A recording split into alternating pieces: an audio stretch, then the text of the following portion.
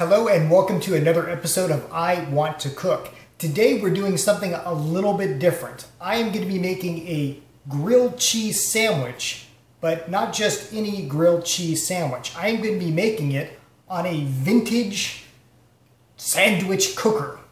So I'm kind of a thrift store junkie, and I found this guy on one of my excursions. This is a Salton Singles sandwich toaster. And basically what you do is you plug this thing in, it heats up your sandwich, and it even kind of crimps it. Now I know that Salton still make these little sandwich cookers, but you know, the new ones are certainly nothing like this. The new ones are kind of plastic clad and a little bit bigger. This is just a small device, and you hear that? This is all metal. So I'm not sure when exactly this thing is from. I want to say like maybe the 1980s or the 1990s. I was able to find one online on eBay, and it was dated to like 1991. So this thing is pretty old, but you know what? It still works, and it's like super heavy duty. It's, like I say, all metal. It's got a really nice feel to it. And today I'm going to make a grilled cheese sandwich in it. And I'm also going to give a couple tips on how to bring your grilled cheese sandwich, no matter what you're cooking it in, up to the next level. Okay, so let's put this thing to the test. Now, as I've mentioned before on this channel, I'm actually gluten-free, but that's okay. There's plenty of good gluten-free breads out there. So I'm using gluten-free bread, but it's going to work just like any other type of bread. So whether you're using sourdough or whole wheat, this method works the same. For my sandwich, I'm going to use 1 slice of Swiss and 2 slices of cheddar cheese. But before we insert this into the bread, I want to show you my 2 tricks for making any type of grilled sandwich way better. So whether it's grilled cheese or ham and Swiss or whatever you're doing, this works on all of them. So this is a trick I learned back in my restaurant days. And what you want to do is put a layer of fat right on top of the bread. And when I say fat, I'm talking about softened butter or oil. Well, not all of us just have that laying around. So what I found works great is good old mayo. So what I'm going to do is just kind of put a layer right on top of each slice of bread. And what this is going to do is this is going to essentially help that bread get crispy and kind of fry up. And it really, really brings it to the next level. But wait, there's more.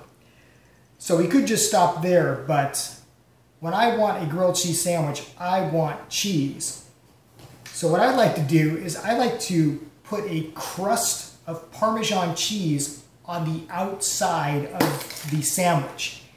And for that, I'm just using some fine Parmesan cheese. So I'm just going to put about a tablespoon of cheese right on top of that mayo that I just spread. And then what you want to do is take that Parmesan cheese and just kind of push it right into that layer of mayonnaise. And what we've essentially done is we've given this bread a nice coat of mayonnaise and cheese. And we haven't even started on the inside yet. Isn't that great? So once you've done this, you can treat it just like any other sandwich. And we'll put our cheese inside. And if I were using any other ingredients, I would put them in now. Now ordinarily, I would just put this sandwich on a panini press or in a pan and make a grilled cheese sandwich.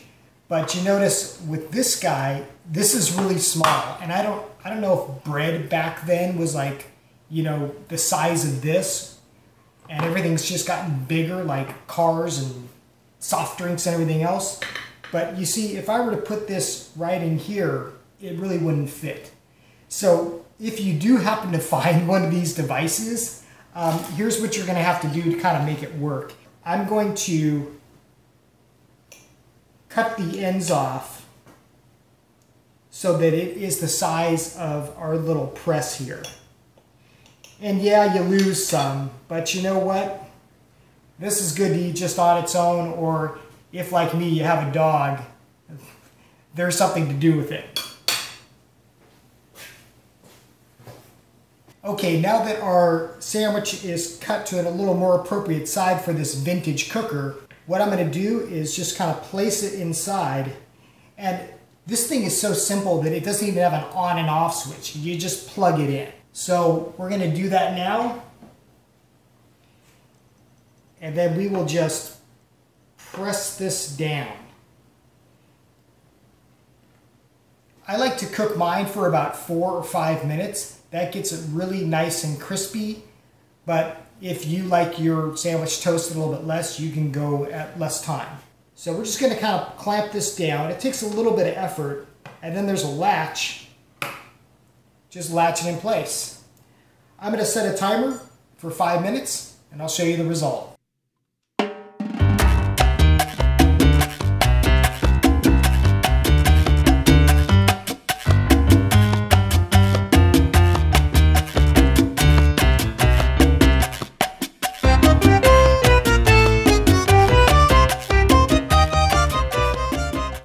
It's been about 4 minutes and this thing is just cooking away. You can see the steam coming up. We've already got one minor cheese explosion here that it's dripping out the sides, but it smells really good. Let's take a peek and kind of see how this thing is doing. Again, this is going to be pretty hot. Oh my gosh. Do you see this? This looks great. So remember, there's no on and off switch here. This thing is like primitive, so we have to unplug it. Don't forget to do that if you buy one of these things. But take a look at this. The cheese is just bubbling and gorgeous. Now to try to extract this thing. So this is a non-stick coating, but extracting can be a little bit tricky. So what I like to do is just get some tongs and possibly a knife and just try to kind of wedge it under. And again, this thing's going to be really hot.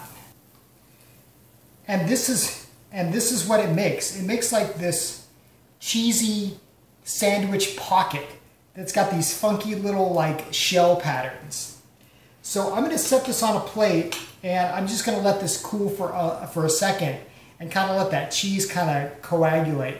Now remember, this thing is really hot and quite frankly it's a bit messy. So I'm just going to kind of push this out of the way and clean up our dripped cheese here. So I think this thing kind of made the original like hot pocket.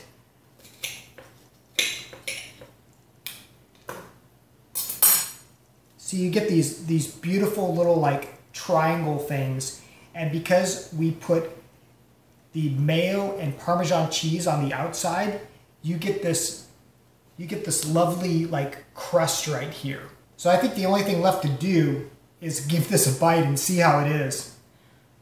I'm aiming right here toward this cheese that just got melted at the end. Guys, this is like so retro cool. This is so good though. It's so simple.